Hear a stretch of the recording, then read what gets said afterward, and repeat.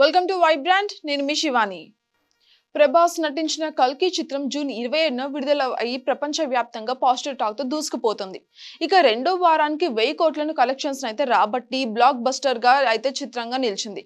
ప్రపంచ స్థాయిలో మనల్ని కూడా అందుకుంటుంది ప్రభాస్ కల్కి చిత్రం. అయితే కల్కి చిత్రానికి ఎంత పాజిటివ్ రిపోర్ట్ ఉన్నా కూడా అక్కడక్కడ మాత్రం నెగటివ్ కామెంట్లు తప్పట్లేదు అనే చెప్పాలి. ఇక కథ సరిగా అర్థం కాలేదు అని, ఎమోషన్స్ అస్సలు పండలేదని, ఈ కథ అందరికీ అర్థం కాదని, ప్రభాస్ కి పెద్దగా క్యారెక్టర్ లేదని, మ్యూజిక్ బాలేదని, ఎమోషన్స్ పండలేదని నెగటివ్ కామెంట్లు కూడా వినిపించాయి మనకి. అయితే కోడిగుడ్డికి ఈకలు పీకే బ్యాచ్ ఎప్పుడూ ఉండనే ఉంటుంది. కానీ ఈ నెగటివ్ టాక్ ని పక్కకు నెట్టి కల్కి చిత్రానికి ప్రేక్షకులు బ్రహ్మరథం పట్టారని చెప్పాలి.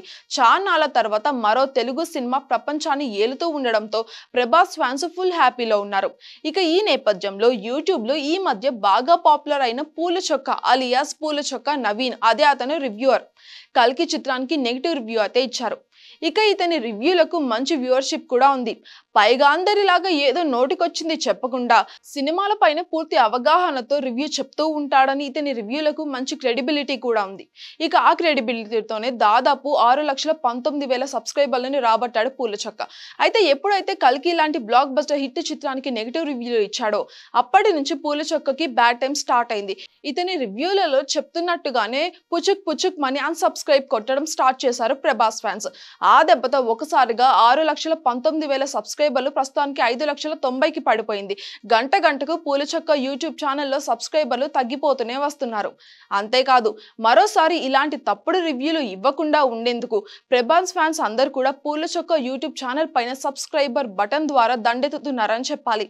ఇక ఆ దెబ్బతో పూలచొక్క నవీన్ కి గట్టి దెబ్బ పడినట్లే అయింది.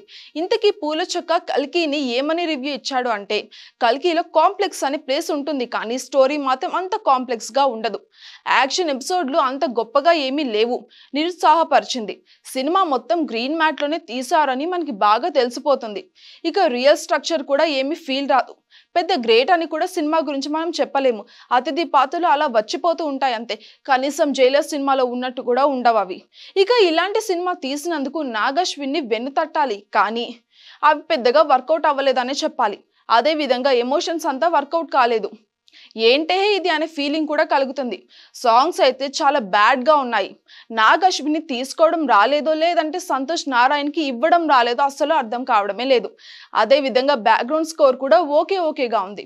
ప్రమోషన్స్ లో బుజ్జి బుజ్జి అని చావగొట్టారు.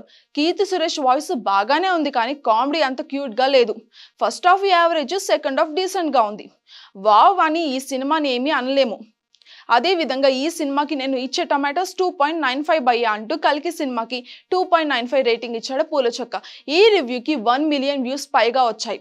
అయితే అతని రివ్యూ పైన ప్రభాస్ ఫ్యాన్స్ ఒక రేంజ్ లో ఫైర్ అయ్యారు. నిద్ర మత్తులో సినిమా చూసినట్టున్నాడు సైకో సాలెగాడు అని అన్నారు. కొంపతీసి ప్రభాస్ కల్కి కాకుండా రాజశేఖర్ కల్కి సినిమా చూసి రివ్యూ ఇచ్చాడా?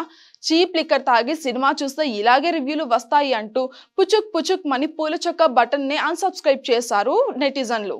ఇక దీంతో పెట్రోల్ రేట్లు మాదిరిగా పైకి వెళ్లిన పూలచొక్క సబ్స్క్రైబర్లు ఒక్కసారికి డమాల్ అవుతున్నారు ఇప్పుడు. For more updates subscribe to Vibrant.